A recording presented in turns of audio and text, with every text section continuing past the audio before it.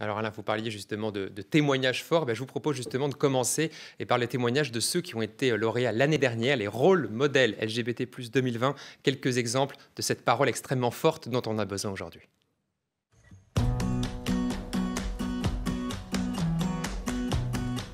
Je ne serais pas devenue visible, je pense, si je n'avais pas eu ce moment au début de ma carrière où j'ai dîné avec des Texans. Je travaillais dans un groupe pétrolier important qui s'appelle Schlumberger. Et en dînant, ils me posaient des questions personnelles, professionnelles. J'ai louvoyé toute la soirée pour ne pas utiliser des pronoms, des noms féminins, etc. Je suis rentrée chez moi, dans mon hôtel, j'étais effondrée, je me suis dit c'est pas possible, je me suis cachée toute la soirée. Je pense qu'on ne peut pas être vraiment ce qu'on ne montre pas. Et du coup, j'ai décidé dès le lendemain d'assumer. Être noir et gay en entreprise, surtout dans une nouvelle entreprise dans laquelle on souhaite vraiment montrer qu'on peut évoluer, oui, ça faisait beaucoup et j'avais pas spécialement envie de cumuler les diversités à ce moment-là. Ouais. Mon intention était d'être le plus discret possible en fait. Le fait de ne pas être authentique, ça crée une sorte de distance vis-à-vis des collègues parce qu'on n'est pas totalement vrai avec eux en fait. À un moment donné, j'avais besoin de casser cette distance. Je n'aurais pas été visible si, effectivement, je n'avais pas voulu être authentique au travail. Je ne serais pas devenu visible si, au moment où je suis devenu directeur général de Lancôme en France, un de mes collaborateurs n'était pas venu me voir. Et m'avait dit de manière simple, Xavier, il y a quelqu'un qui te veut du mal et qui est venu me voir en me disant tu sais que Xavier, il est pédé ? Et là, je me suis dit, mais comment est-ce possible encore? Et donc, il m'est paru indispensable d'affirmer haut et fort mon homosexualité pour que ça ne soit plus un sujet dans l'entreprise. Si je n'avais pas été à un dîner de charity, c'était à New York, à The Center, qui est un des lieux pour l'accueil des LGBTQ à New York.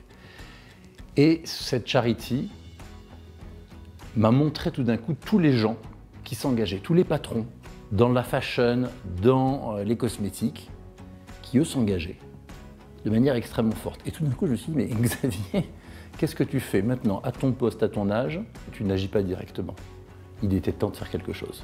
J'ai décidé de créer Out at L'Oréal aux États-Unis et de faire une vraie dimension forte d'engagement dans la diversité et l'inclusion du groupe.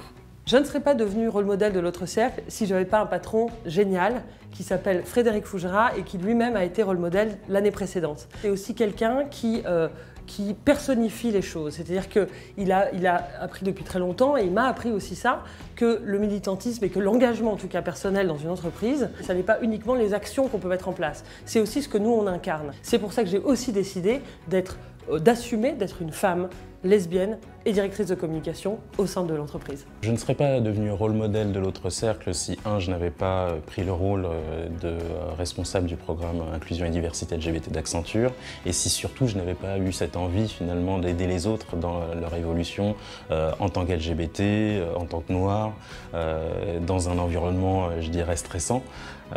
Donc c'est une volonté vraiment d'apporter quelque chose aux autres et faire en sorte qu'ils puissent être eux-mêmes, comme je disais. Toutes les personnes qui s'engagent, en fait, tout simplement, qui s'engagent pour les autres. Pour moi, ce sont des rôles modèles. Mon rôle modèle dans la vie, ça a vraiment été ma grand-mère. Ma grand-mère qui était juive, qui a vécu la guerre, qui a vécu des atrocités, et qui m'a appris très tôt qu'en fait, il n'y avait pas de tolérance. On n'a pas à être toléré. Et que si ce qu'on est pose un problème à quelqu'un, c'est cette personne-là qui a un problème et pas nous. I have a dream qu'on n'ait plus besoin d'en parler. Voilà, tout simplement.